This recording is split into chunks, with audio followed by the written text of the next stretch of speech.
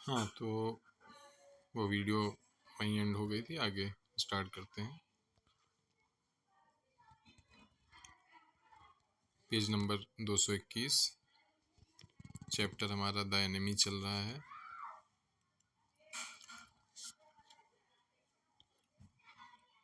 Page number 221 complete हो गया था, पेज नंबर 222 पे हम लोग आते हैं। ठीक है, इसमें भी हम लोगों ने थोड़ा सा पढ़ लिया था, फिर से करते हैं। तो वे ऑपरेशन को सफल, यानी से जो जर्मनी से जो लोग पढ़े हुए थे उनकी बात कर रहे हैं, यानी डॉक्टर सदाव पर इनको ज़्यादा भरोसा था, इन जनरल को। ठीक है, तो इस वजह से जो है इनको इनसे इलाज करवाना ये बेहतर समझते थे, जनरल जो थे, और डॉक्टर सदाव की जान बचाना भी चाहते थे। जनरल ने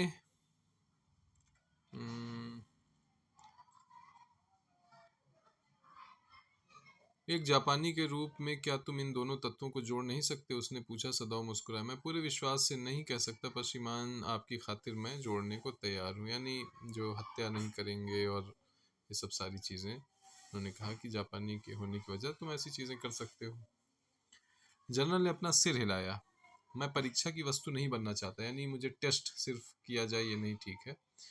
वो पूरे दक्षिण सागर पर होने वाले बार बार की विजय ने उसके ऊपर बहुत सी जिम्मेदारियां लाद दी हैं, और उसे अचानक कमजोरी और जीवन की चिंताओं से पराजय की अनुभूति हुई। ठीक है, बहुत सारी विजय तो उसने पा ली थी जनरल ने लड़ाइयों में, लेकिन अपने जीवन में जो समस्याएं आई उससे उसे उसने हारा हुआ महसूस किया। ये बड़े दुर्भाग्य की बात है कि आदमी लहरों के द्वारा तुम्हारे दरवाजे पर आ गिरा, उसने दुखी स्वर में कहा। किसको कहा? जो वो व्यक्ति था, एनिमी। आगे पैरा देखें। मुझे भी ऐसा ही लगता है, सदाओं ने नम्रता से कहा। सबसे अच्छा तो ये वो कि चुपचाप मार दिया जाए, जनरल बोला। तुम्हारे द्वारा नहीं, बल्कि किसी ऐसे व्यक्ति के द्वारा जो उसे जानता ना हो। मान लो उनमें से दो को मैं आज रात, या बेहतर हो किसी भी रात, भेज दूं। तुम्हें इस बारे में कुछ जानने की आवश्यकता नहीं है। अब मौसम गर्म है, इसमें अधिक स्वाभाविक और क्या होगा कि तुम उस गोरे के कमरे का बगीचे में खुलने वाला दरवाज़ा जब वह सो रहा हो तब खुला रखो। निश्चित रूप से बड़ा स्वाभाविक होगा, सदाओ सहमत था। वास्तव में हर रात या इसी तरह खुला रखा जाता है। यानी जनरल कहता है ऐसा है, उसको तुम ना मारो, हम ही जो है आदमी लोगों को भेज के हम इसको मरवा देते हैं। खिड़की वगैरह इसके कमरे की खोले रहना, कोई आएगा मार के चला जाएगा, तुम्हारा कुछ मसला भी नहीं होगा इसमें। सदाओ भी सहमत था। डॉक्टर ने को सही तो लगा ये चीज़। बहुत अच्छे, जनरल जमाई लेता हुआ बोला। वे बड़े समर्थ काबिल हत्यारे हैं, यानी जिन लोगों को भेजने का प्लान कर रहा था जनरल, उनके बारे में कहता है बहुत अच्छे हत्यारे हैं, उनको ज़्यादा दिक्कत नहीं होगी उसे मारने में। वे कोई शोर नहीं करते और उन्हें बिना खून बहाए हत्या करना भी आता है। अगर तुम चाहो तो मैं उनके शरीर को भी वहाँ से ले जाने के लिए कह सकता हूँ, यानी उसको वहाँ से हटा भी देंगे। अगला पैरा देखिए। सदाओं ने सोचा, श्रीमान यह शायद सबसे अच्छा होगा। हाना के बारे में सोचता हुआ वह सहमत था। तब जनरल को छोड़कर वह घर चला गया और योजना के बारे में सोचता रहा। इस प्रकार वह सारे मामले में मुक्त हो जाएगा। वो हाना को कुछ नहीं बताएगा, क्योंकि वह घर में हत्यारों के होने की बात पर कमज़ोर पड़ जाएगी, और फिर भी ऐसे लोग तानाशाही राज में आवश्यक होते हैं, जैसे कि जापान था। वरना शासक उन लोगों से कैसे निपटे जो उनके विरोधी थे।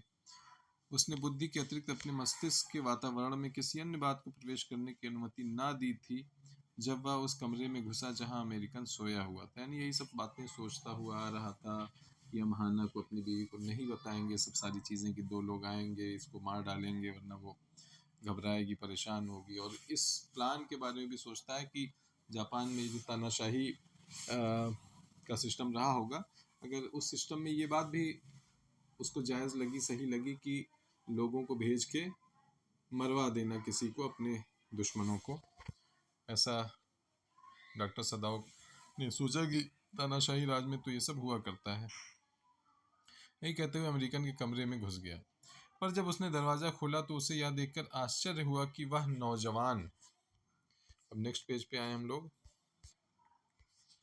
वह नौजवान जागा हुआ था और बगीचे में जाने की तैयारी कर रहा था। ये क्या हो रहा है? वह बोल पड़ा। तुम्हें कमरे से बाहर निकलने की अनुमति किसने दी? मतलब वो उसको मारने का प्लान लेके आया था, लेकिन देखा कि बगीचे वगैरह में जाने का प्लान कर रहा है। टॉम ने खुश होकर कहा, टॉम उसका नाम था जो शत्रु था, अमेरिकन, मुझे इजाज़त की प्रतीक्षा करने की आदत नहीं है। गोश्त में फिर से काफ़ी अच्छा अनुभव कर रहा हूँ, किंतु क्या इस तरफ की मांसपेशियाँ ज़्यादा सख्त ही रहेंगी? क्या यह बात है? सदाओ ने पूछा हैरान होकर। वह और सब कुछ भूल गया। अब मेरा ख्याल है कि मैंने उसका इंतज़ाम कर दिया था, वह बुदबुदाया। उसने उस व्यक्ति की कमीज़ का सिरा उठाया और ठीक होते हुए दाग की तरफ देखा। मालिश शायद इसे ठीक कर दे, यानी उसका कुछ मसल्स कुछ टाइट थी, दर्द वर्द रही होगी, तो उसी के बारे में बात हो रही। वो बोला, अगर व्यायाम से काम ना हो सके, इससे मुझे अधिक परेशानी ना होगी। नवयुवक बोला, छोटी घनी पीली दाढ़ी में नीचे उसका चेहरा पतला नजर आ रहा था। सुनो डॉक्टर, एक बात है जो मैं आपसे कहना चाहता हूँ। अगर आप जैसा कोई जापानी ना मिला होता तो मैं जानता हूँ कि मैं जिंदा ना होता। सदाओं ने सिर झुकाया, पर वह कुछ बोल न सका। निश्चित ही मैं ये जानता हूँ, टॉम जोश में कहता है। उसके लंबे पतले हाथ कस कर कुर्सी को पकड़े थे। उसकी उंगलियों के गिट्टी सफ़ेद थे, यानी गांठ गिट्टी कुछ होगा। मेरा ख्याल है कि अगर सारे जापानी आपके जैसे होते तो युद्ध ना होता। ठीक है, तो वो उसका एक तरह से थैंक कर रहा है कि आपने मुझे बचाया, और सारे जापानी अगर ऐसे होते तो ऐसा ना होता, लड़ाई वड़ाई ना होती शायद। सदाओ कठिनाई से बोला, और अब मेरे ख्याल में तुम्हारे लिए सोना बेहतर होगा। उसने लड़के की वापस बिस्तर में आने में मदद की और फिर सिर झुकाया।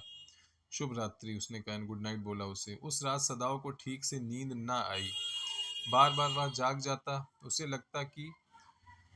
लगता कि उसने कदमों की सरसराहट, किसी डंडी टहनी के टूटने की आवाज़, अथवा किसी पत्थर के बगीचे में गिरने की आवाज़, ऐसा शोर जो वे लोग करते हैं किसी बोझ को लेकर चलते हैं।